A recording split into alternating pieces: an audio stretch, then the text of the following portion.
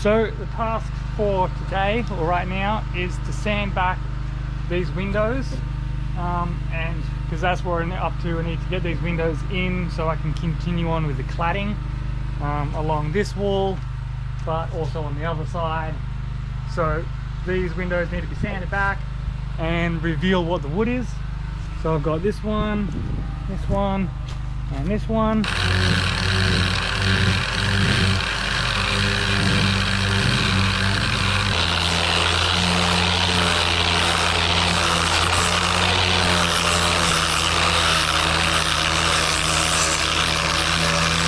Working, and once I've done the easy outside edges, I've got to do all of these bits by hand, so that'll take a bit of doing and a lot more work.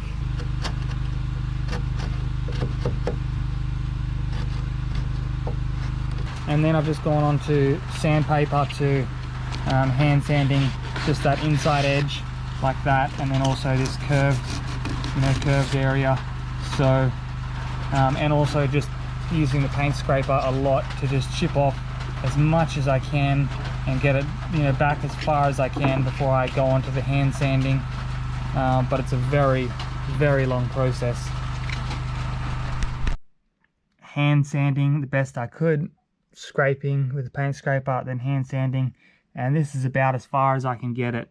So you still see the speckled white of the paint that's sort of ingrained in the grain.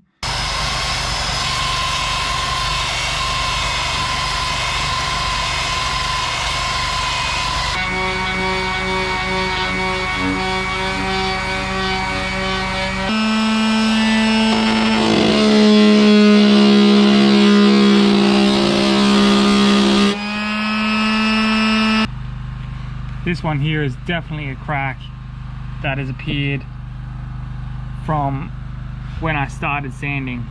So even though it's a lot faster to use the edge of this one, it fucks it up.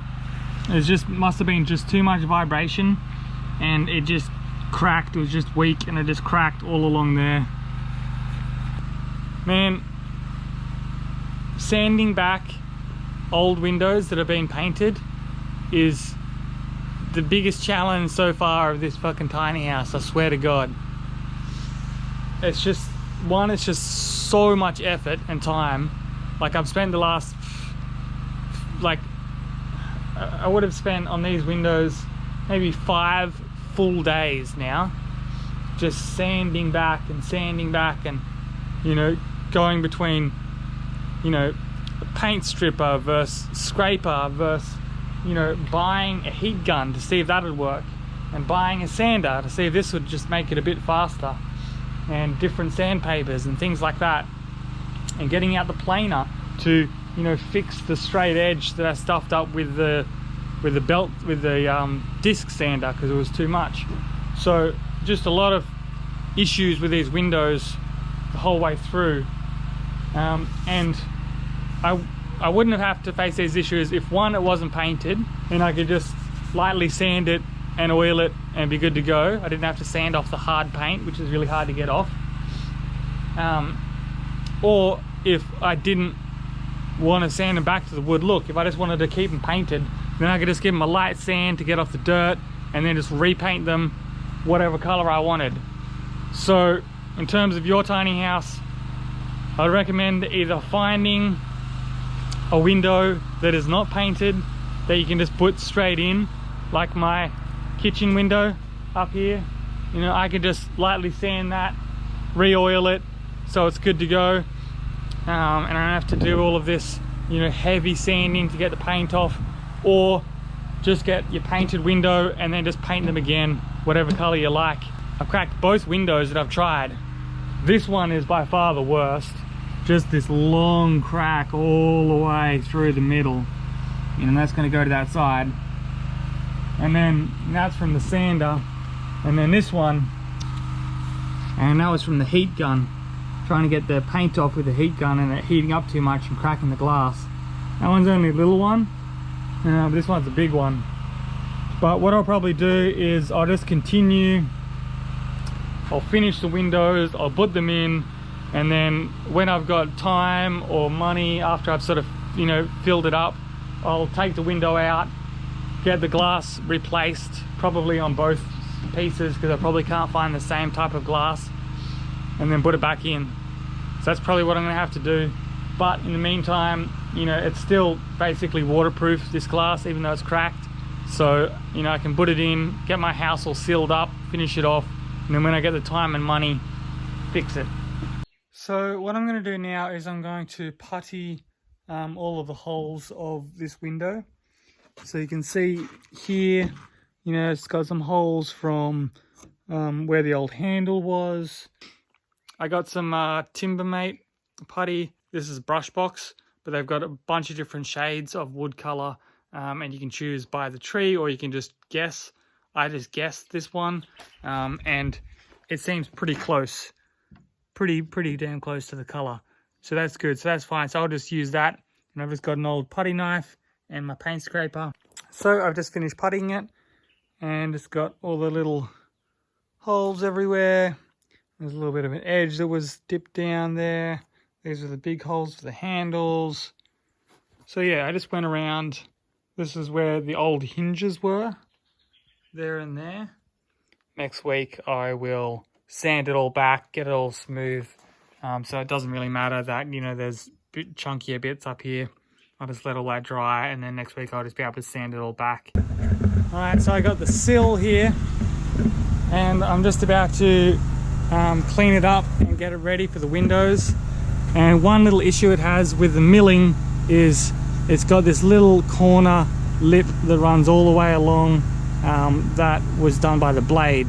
So I want to get rid of that, and the way I'm going to do it is I'm going to get my circular saw, run it along here at this depth and cut that, and then get a chisel and just chip out that little corner, and then after that I'll be planing it to get a bit of an edge coming here, so it's got a slope for the water to run down. So I've put on the right angle, so it's cutting at the right depth with my circular saw, and I've also put on this guide and just run it along like so.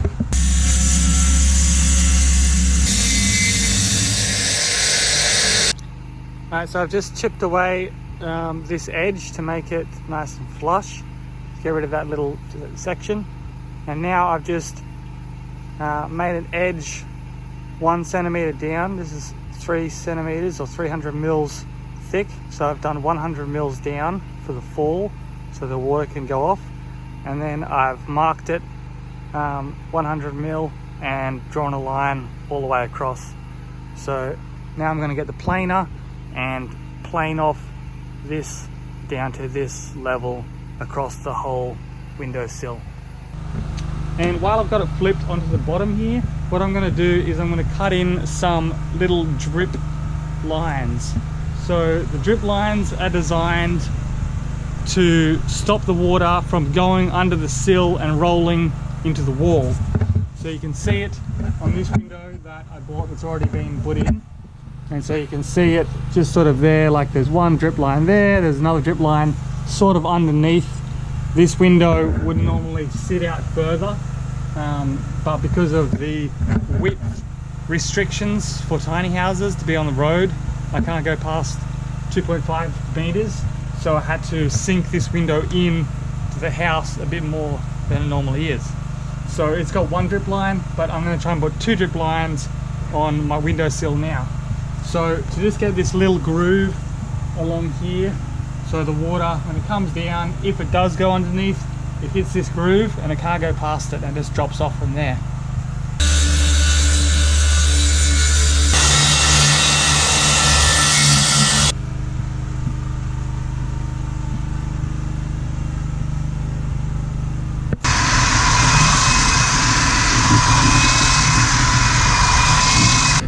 Okay, so I've got my windowsill.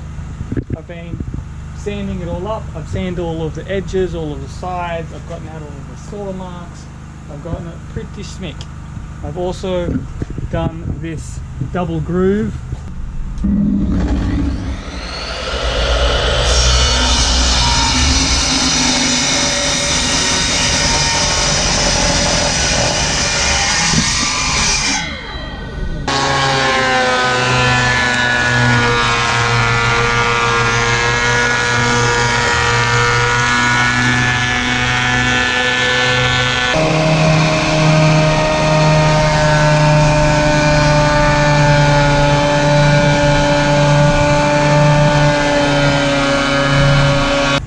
So the next point after the sills is the framing for the windows. So this is the window jamb, so we've got this nice she oak wood, which looks super good. So I've got a chalk line, as you can see here, and I put it on both sides to see which was the straighter edge. This was a straighter edge, so I put the chalk line across, then planed it along the chalk line to make sure I had a straight edge. Then I've measured 110 from that edge. It's a bunch of tongs along the thing, and then drawn a line, so you can see that line there. And then I've also measured on my circular saw 110 from there. So now I can run along this straight edge, and it's going to follow this line as well here, and I'm going to be able to do that the whole way along and cut it to 110.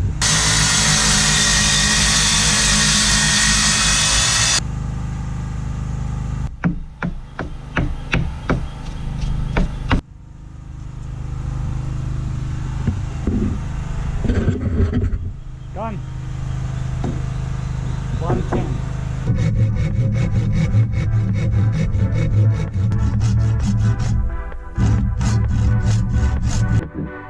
Pretty damn good.